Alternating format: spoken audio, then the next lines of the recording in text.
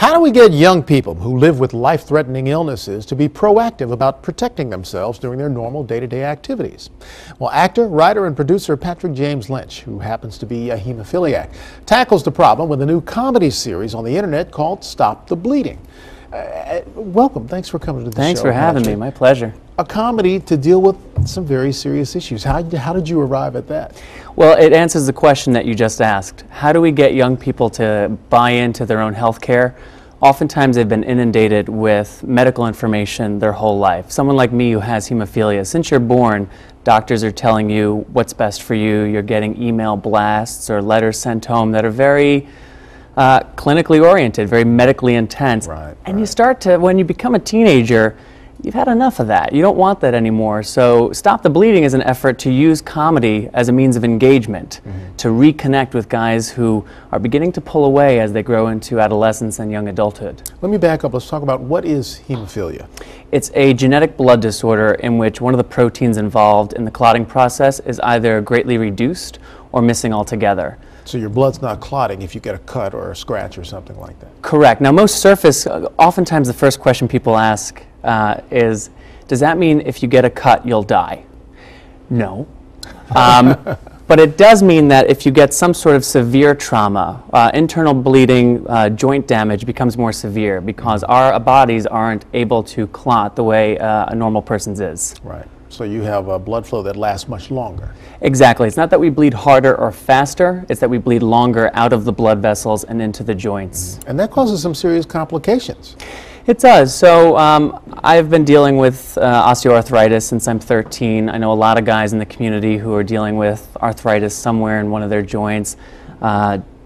Deformations in the bone can cause structural problems, so even my knees now, my ankles are my target joint, but my knees have started to become a little bit problematic as a result. So you do have to stay on top of it, which is why, especially at a young age, we want to make sure that people are staying in control of their health care. So let's talk about the video. Okay. How did you, what was the impetus for this? I mean, you had to bring some people together to pull this off. Yeah, I wanted it, if we were going to do it, I wanted it to be done top-notch, high quality, because otherwise we won't get the audience. Our teens will go, this looks kind of, and they'll tune out.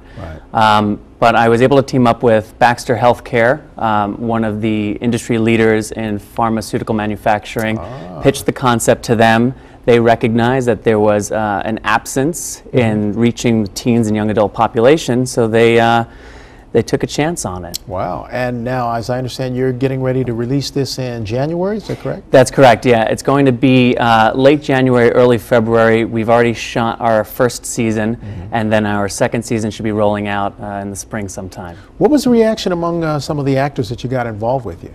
Great question.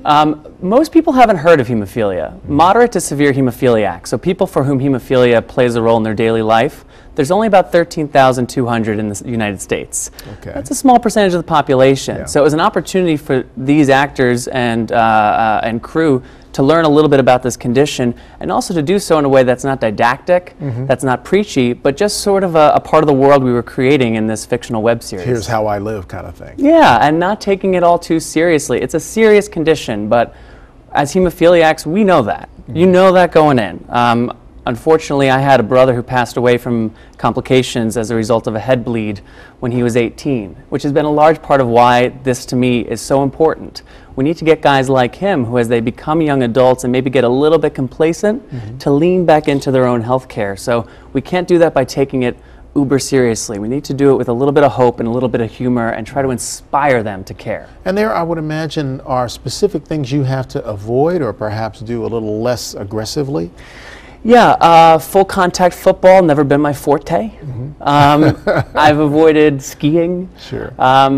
By and large, the community is actually a very aggressive community, and by that I mean there's a lot of encouragement to live as normal a life as possible, just taking into account your condition, making sure that your infusion schedule, your medicines are up to speed. But yeah, it's wise to avoid certain things, a la football, and particularly strenuous activities. And we should say this is a predominantly male-oriented disease. That is correct. That being said, one of my other projects is actually about women with bleeding disorders, because something that's become very now is the recognition that we're misdiagnosing some of the females in the population as simply being carriers of it to pass on to their male children, but not having it themselves, and it's not showing until they wind up in trauma or have complications during pregnancy or surgery. So that's becoming a very buzz topic, so that's one of our projects as well. So you see an expansion of this kind of video instruction or comedy instruction in healthcare? I hope so, Brian.